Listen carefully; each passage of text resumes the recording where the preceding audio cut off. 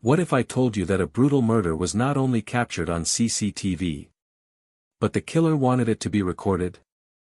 At 2:12 in the morning, the camera flickers. 3 seconds later, a man steps out of an elevator. 2 minutes after that, someone is dead. No screams. No struggle. Just silence. And a chilling stare directly into the lens.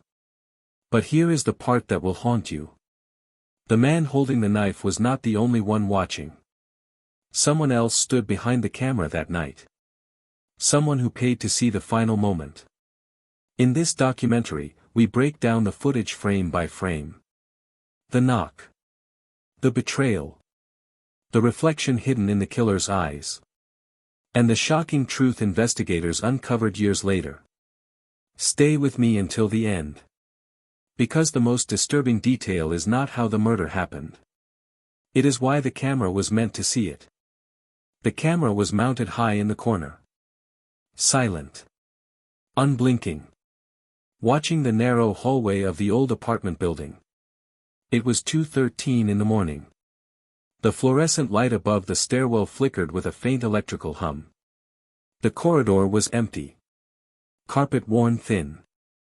Walls stained with age. A fire exit sign glowed red at the far end. Nothing moved. Then the elevator doors slid open. Soft. Mechanical. A man stepped out. Mid-30s. Dark coat. Hands in his pockets. His footsteps were careful. Measured. The security camera recorded every second. He glanced once toward apartment 304. The hallway remained still. He walked forward. Slow. Deliberate. At the same time, inside apartment 304, Daniel Mercer sat alone at his kitchen table. The clock on the wall ticked loudly in the quiet room. 2:14 in the morning. Daniel rubbed his tired eyes. His coffee had gone cold. He had been working late again. The television murmured in the background. Low volume. Late-night news repeating headlines no one was awake to hear. A sudden knock broke the silence. 3 sharp taps. Daniel froze. His heart skipped once. He was not expecting anyone. Another knock followed. Slower this time. More deliberate. Daniel stood. The wooden floor creaked under his weight. He walked toward the door. Each step felt heavier than the last. The hallway outside remained motionless. The man in the dark coat stood directly in front of the door. Face expressionless. Eyes fixed on the peephole. Daniel leaned forward. He looked through the small circle of glass. The distorted image revealed a familiar face. Recognition softened his features. He unlocked the door. The sound echoed faintly into the corridor. The door opened halfway. For 1 second, everything seemed ordinary. Then the man moved. Fast. Violent. His hand shot from his coat pocket. A metallic flash caught the dim hallway light. Daniel staggered backward. Shock widened his eyes. The knife drove forward with brutal precision. Once. Twice. 3 times. No shouting. No warning. Only the dull thud of impact. The television inside continued speaking about traffic updates. Daniel's breath came out in broken gasps. His body struck the floor. The attacker stepped inside. Calm. Controlled. The door closed behind them. From the hallway, the CCTV camera recorded nothing but a closed door. Silent. Still.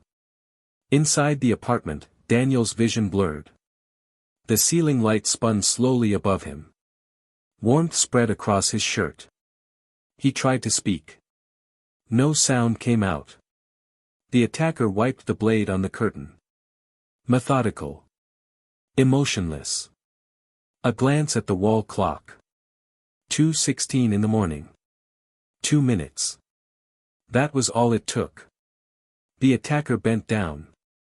Whispered something Daniel could barely hear. Daniel's ears rang. His chest tightened. Air refused to fill his lungs. The world narrowed into a tunnel of dim light. Then darkness swallowed everything. The attacker stood. Adjusted his coat. Looked around the apartment one final time. He opened the door.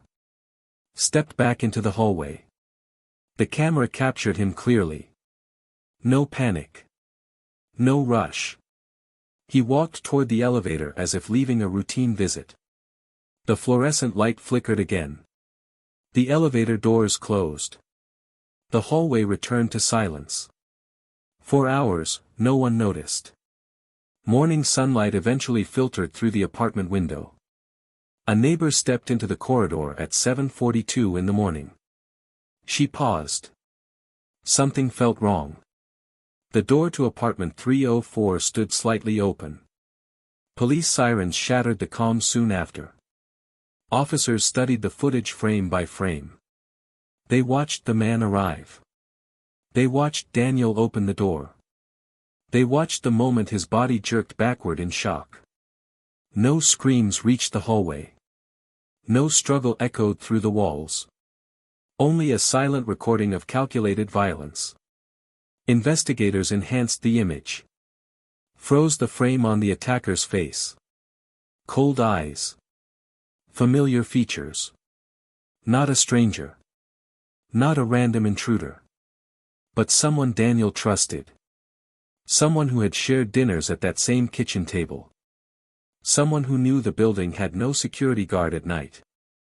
Someone who understood exactly where the cameras were placed. The final detail stunned everyone reviewing the footage. At 2:12 in the morning, 1 minute before the elevator opened, the camera feed glitched for 3 seconds. A brief flicker. A distortion across the screen. As if someone had tested the system. As if someone had ensured it was recording. Because this was never about avoiding the camera. It was about sending a message. A murder committed in absolute silence. Preserved forever in cold digital clarity. And the most unsettling truth of all. The attacker looked directly into the lens before stepping into the elevator. Not fear. Not regret. But certainty. As if he wanted the world to watch. As if he wanted the world to watch. Investigators replayed that final frame again and again. The direct stare into the lens. Unblinking. Intentional. Detective Harris leaned closer to the monitor.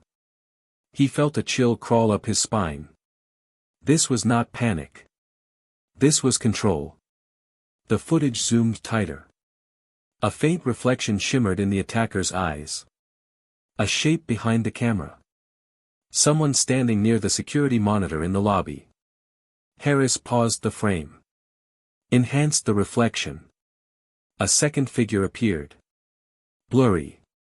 Still. Watching the hallway screen as the murder unfolded upstairs. The realization hit hard. The man in the coat was not alone.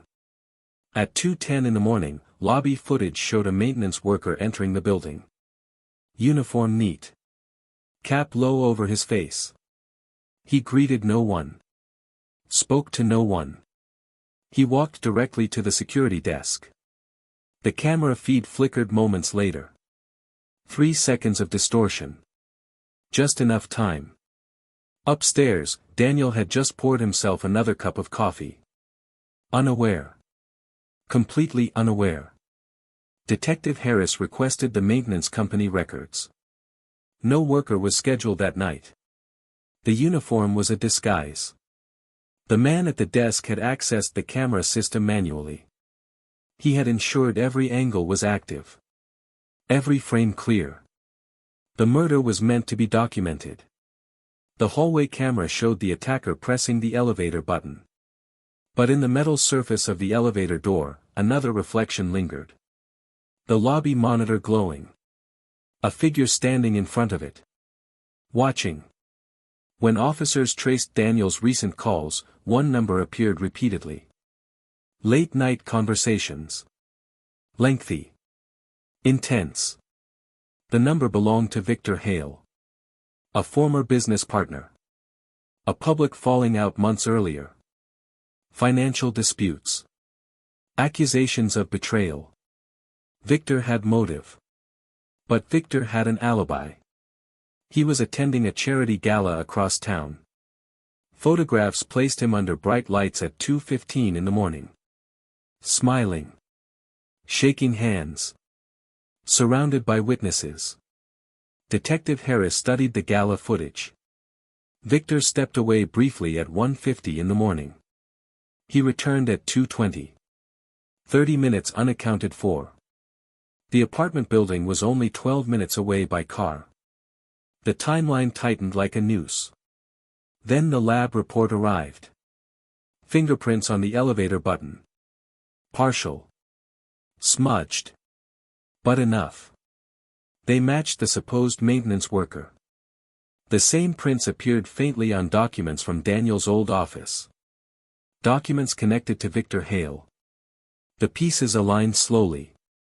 Victor never needed to be present at the stabbing. He needed to be present on camera somewhere else. The real killer was hired. Directed. Scripted. And the camera system was activated to prove the job was done. A message delivered in high definition. When police finally located the man in the dark coat, he did not resist. He sat calmly in a small motel room. Television on. News coverage of Daniel's death playing across the screen.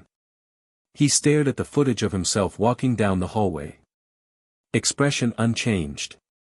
On the table beside him lay a phone. One message displayed. 3 words. It is finished. The sender was Victor Hale. But the most disturbing details surfaced during interrogation. The killer admitted he had been instructed to look directly at the camera before leaving. To make eye contact. To ensure Victor would know.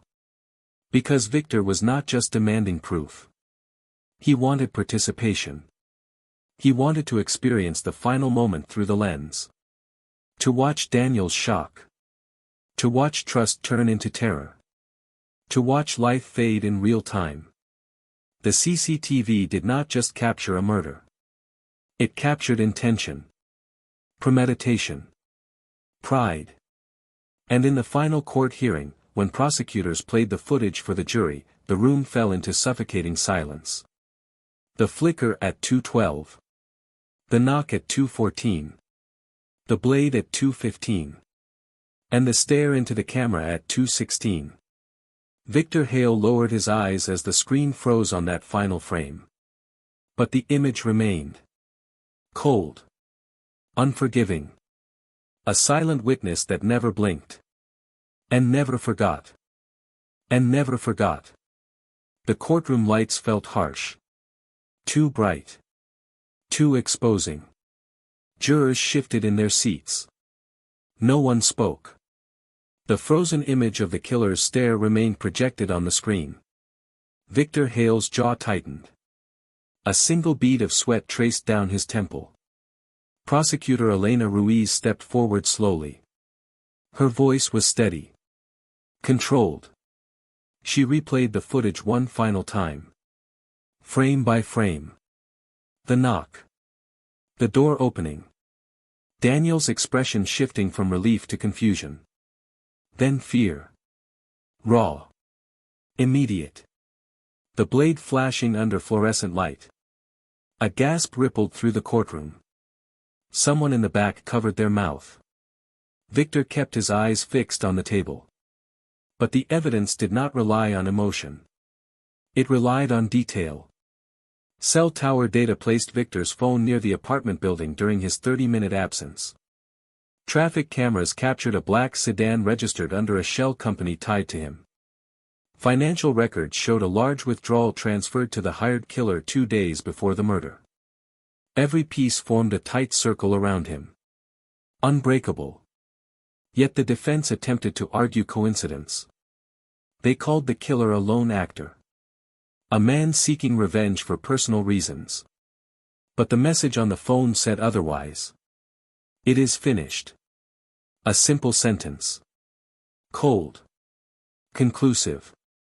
During testimony, the killer finally spoke. His voice was flat. Emotionless. He described how Victor had rehearsed the plan. How he insisted the cameras must remain active.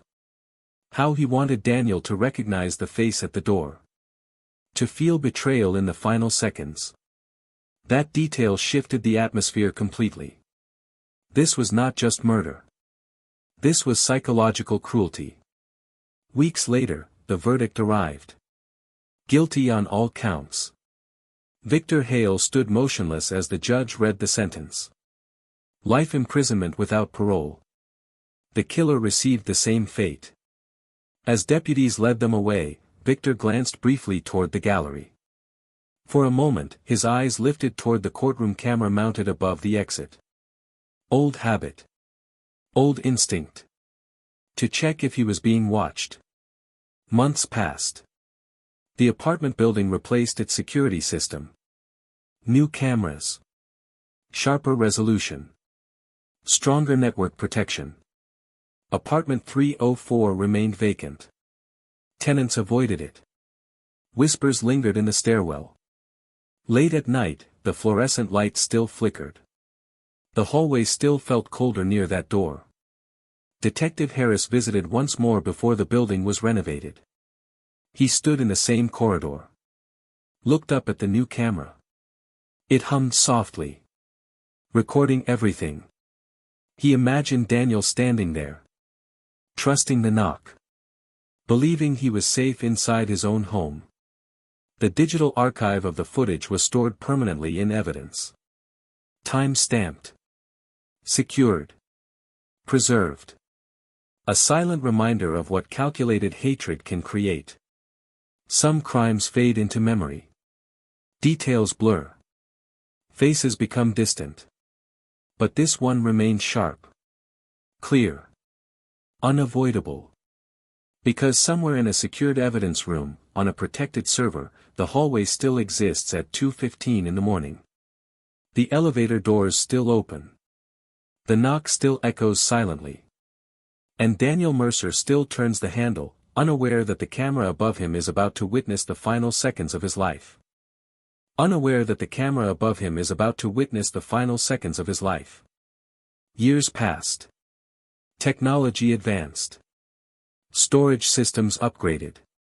But the file remained untouched. Locked. Catalogued. Case number etched into digital permanence. A training seminar for new homicide detectives reopened at one autumn evening. A dark room. Rows of officers watching quietly. The screen lit up with the familiar hallway. Grainy by modern standards. Yet still chillingly clear. The instructor paused at 2:12 in the morning. The flicker. He explained how arrogance often hides inside precision. How criminals who crave control leave behind the smallest fractures. The room stayed silent as the footage resumed. The knock. The opening door. The fatal movement. Even seasoned officers shifted in discomfort. Violence without sound feels unnatural. Wrong. After the session ended, one young detective lingered behind. Detective Amir Qureshi. He stared at the freeze frame of the killer's eyes meeting the lens. Something unsettled him. Not the act itself. But the reflection. He requested access to the original high-resolution archive. Hours later, alone in the digital forensics lab, he enhanced the reflection once more. Software far more advanced than what had existed during the trial. Pixel by pixel. Light by light. The shape behind the camera sharpened. Not just a figure. A face. Faint. Distorted. But present. It was not the maintenance disguise. Not the hired killer. The facial structure did not match Victor Hale either. Amir felt his pulse quicken. He cross-referenced building access logs from that night. One additional keycard entry appeared at 1:58 in the morning. belonging to a security contractor assigned temporarily during renovations. A name that had barely surfaced in early reports. Marcus Levin. He had testified that he left before midnight. Records suggested otherwise. Amir replayed the footage yet again. At 2:16, just before the elevator doors closed, the killer's eyes shifted slightly. Not toward the lobby monitor. Toward someone standing directly beside it. Someone close. Close enough to be reflected. Close enough to watch in person. A quiet realization formed. Victor had wanted proof. But someone else had wanted presence. When investigators tracked down Marcus Levin years later, he was living quietly in another city. New job. New identity. During questioning, he remained composed. Until Amir placed the enhanced still image on the table. The faint reflection circled in red. Marcus stared at it too long. His breathing changed. Subtle. Uneven. He admitted he had been paid to ensure the camera feed remained uninterrupted. But that was not all. He confessed he stayed to watch. Not for money. Not for loyalty. But for fascination. He described the feeling of observing something irreversible. The power of witnessing life end without intervening. A chilling hunger hidden behind professional duty. The crime that had seemed complete revealed another layer. Not a third mastermind. Not another architect. But a silent spectator who chose to remain. Who chose not to stop it. The court reopened the case briefly to address obstruction and conspiracy charges. Marcus Levin received a sentence of his own. Not as long. But heavy enough to mark him forever. In the end, 3 men were bound to the same moment in time. The planner. The executioner.